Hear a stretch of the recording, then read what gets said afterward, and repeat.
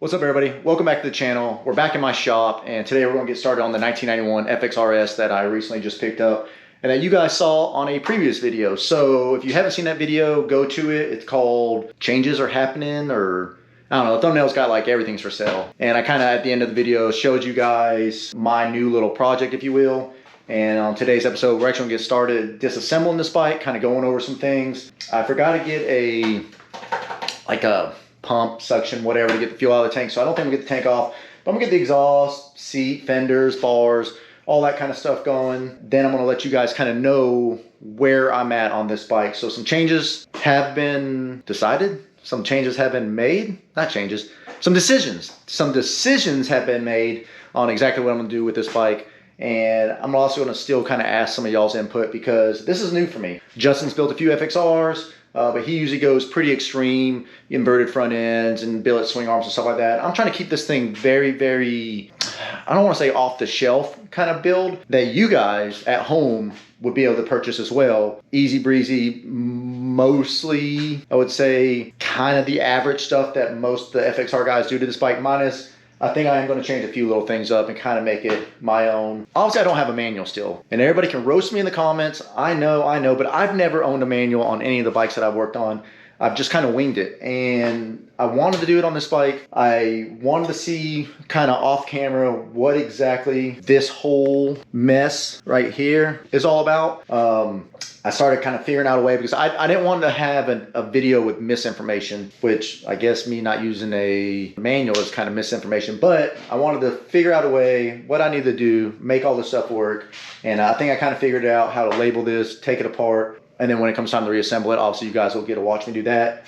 But I am ordering a manual. So once I start looking at the wiring and a few little things, it'll just be nice to have. You know, the bike's complete. This thing rode, you know, I rode it onto the lift and then I just started kind of disassembling it. Not disassembling it, but this is all I really kind of mess with. Today's episode, we're going to go ahead and try to get most of the stuff taken off this bike, kind of go over some of the things that I've already ordered, some of the things that I'm planning on ordering, and some of the things I kind of have some questions about, see what maybe you guys think, and hopefully by the next episode or whatever on this bike, I'll make decisions on that and go from there. So I'm gonna set the camera up and we're gonna start taking this thing apart.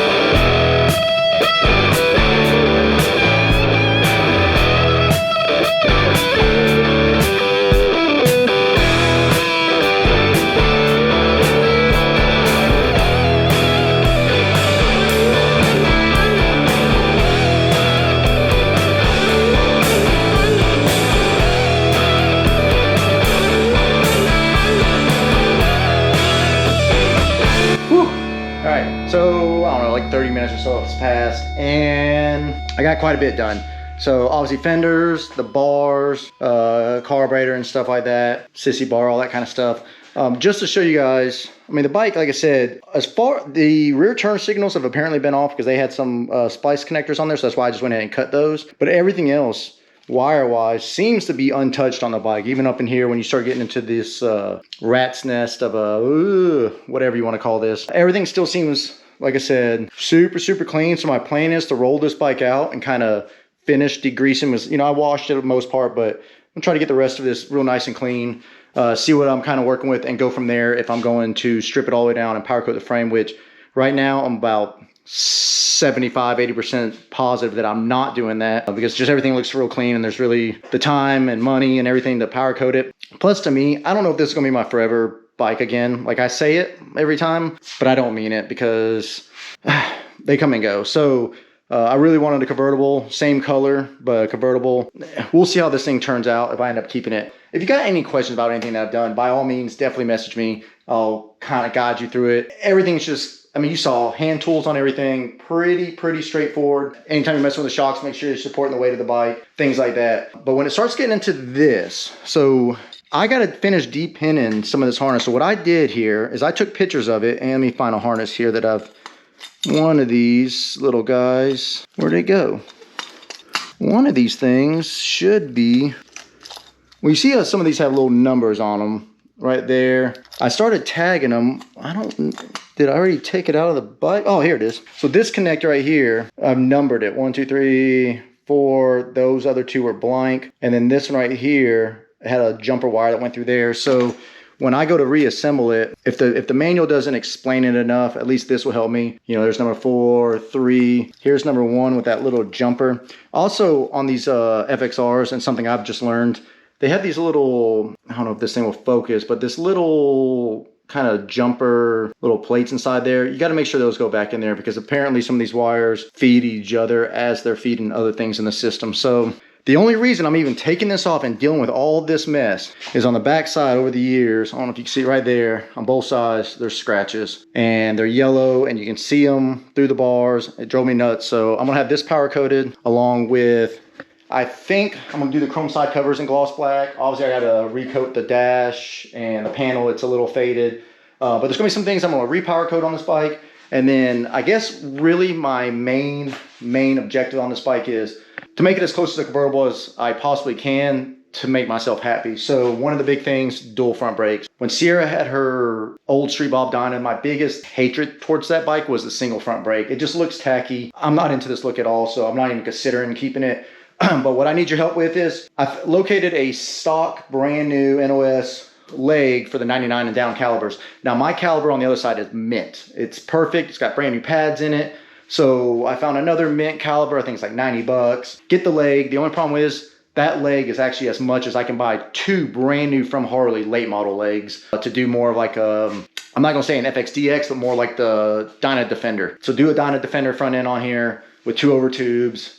I need you guys to tell me, should I stay at OG, keep the single piston caliber, or do I go ahead and do late model? I have my old calibers off my 2020 that I could actually put on this bike. I'd have to run 11.8 rotors, which isn't a big deal. It actually look better. So let me know in the comments if you think I should just go with the 2000 and up front end, or just buy the one leg and still build a 2 over front end, still, you know, Patriot springs is what I'm kind of leaning towards, you know, preload adjusters, all that kind of stuff. When it comes out back, I'm doing 14-inch shocks. So I've already gotten with Ben, poster right here. He's a Olin's dealer plus many other brands. He's the one who's kind of hooked Justin up with his. Same thing, running the same shocks on the back, chrome. If I do the front suspension, let me know if you think, because this thing is also mint. I mean, it's a little dusty, but it's mint. I know Bare Knuckle and a couple other companies offer this little tab that you can weld on. I can run a bagger rear caliber. So if I do the front, obviously I'm not going to want to leave the single piston in the rear. I'm going to have to do the rear. Time, money, and all that kind of stuff.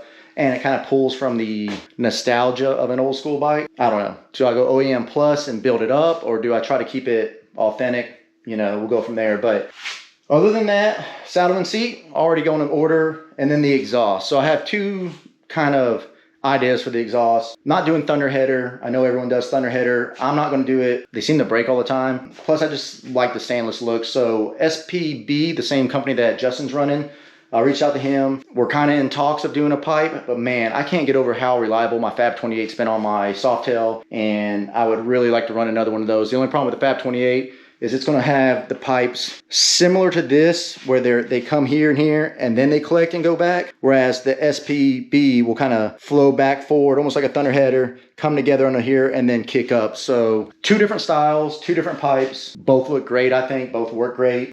Let me know in the comments again what you think I should do. And then as far as the motor goes, just pulling it, cleaning it, painting it, maybe a cam. If I keep this bike, I'm twin camming it. I've already made up my mind, and I guess if I'm going to twin cam it, maybe that's when I should powder coat the frame. So maybe I just made up my mind to powder coat the frame, because there's no point in powder coating the frame if I know next winter I'm probably going to tear the bike down and cut the frame up, put a cross member in it and all that. So good foundation, good bones. I think this is a good first video. When we get back to it, I'm going to finish disconnecting this, getting this stuff off, getting the tank drain, getting it removed. Once I get the tank drain, oil tank, same thing, drain it. I don't know if I'm going to remove the oil tank. Like I said, man, it's just so clean. I mean, it's dirty in here right now, but it's just, the bike is very, very nice, and I'm very happy with it. So I think the next video, like I said, hopefully maybe tank off, and maybe even try to get the motor out, get the primary off on the other side, leave the wheels and stuff on it for now, just so I can roll it out of the garage, finish cleaning everything with everything off the bike, and then roll it back in, pull the front end, pull the rear wheel. If I am going to do the Brembo, pull the swing arm. And another thing, I got to do brake master cylinder up on the front. Do I do like a modern Brembo and just say F it, or do I still go with, because I got to buy a different master cylinder for the dual brakes. Do I keep it, you know, the pre-95 style, maybe in chrome, but to keep that nostalgic kind of OEM Harley look? Or do I say screw it, put some good quality stuff on there and send it? Look forward to all you guys' input. And yeah, get ready. The rest of this next couple month or two is just going to be bike builds. You know, Justin's got his son's bike. I got this bike. I'm still going to be messing with my wife's bike. I'm still going to probably mess with my lowrider. It's only November because we're going to have a lot going on, and I look forward to it. So until next time, y'all take care, and we'll see you then. Peace.